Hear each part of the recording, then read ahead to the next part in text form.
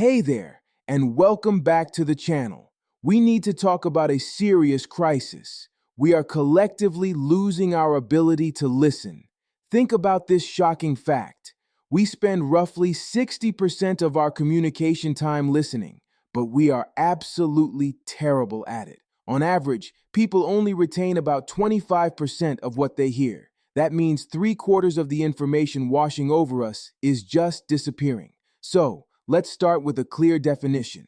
I define listening as making meaning from sound. It's a fundamental mental process, essentially a high-speed extraction effort. Our brains use some pretty cool, subtle techniques to do this. One is called pattern recognition. If you're at a crowded party and someone across the room says your name, you immediately recognize that pattern and your attention focuses. You've separated the signal from the noise. Another critical tool is differencing.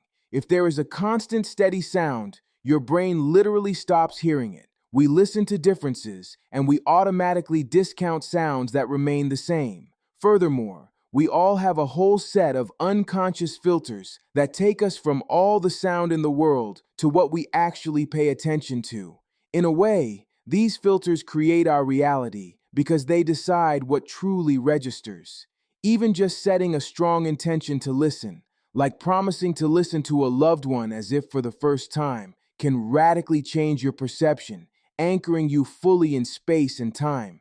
In fact, I believe that sonority, the combination of time and meaning in sound, is the main way we experience the flow of time. All right, let's dive into why we're losing our listening ability.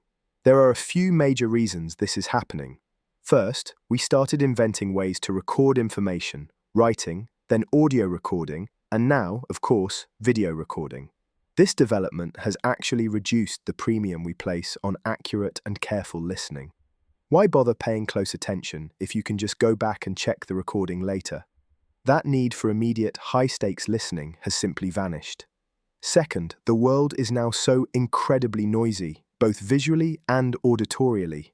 This constant cacophony makes it genuinely hard to listen. It's tiring to listen. As a refuge, many people slap on headphones, effectively turning shared soundscapes, like public spaces, into millions of tiny, isolated personal sound bubbles. In that kind of scenario, nobody is really listening to anybody else. Third, we are becoming fundamentally impatient. We don't want oratory anymore.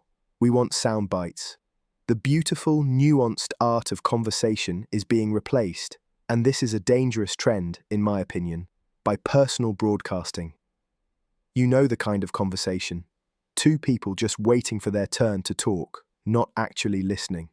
Fourth, we are becoming completely desensitized.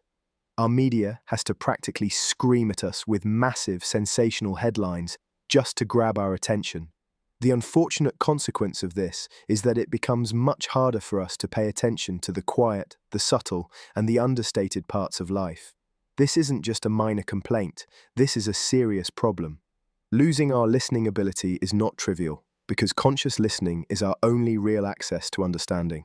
Absolutely. Let's wrap this up with 5 simple, practical exercises you can start using right now to improve your conscious listening. Silence. This is so crucial. Try just 3 minutes a day of complete silence.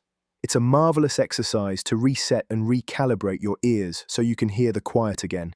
If absolute silence isn't possible, just go for quiet. That's totally fine. The mixer. Even in a noisy spot like a coffee shop, practice listening to how many individual channels of sound you can hear in that overall mix. You can do this in a beautiful place too, like a lake. How many distinct birds are you hearing? Where are those ripples coming from?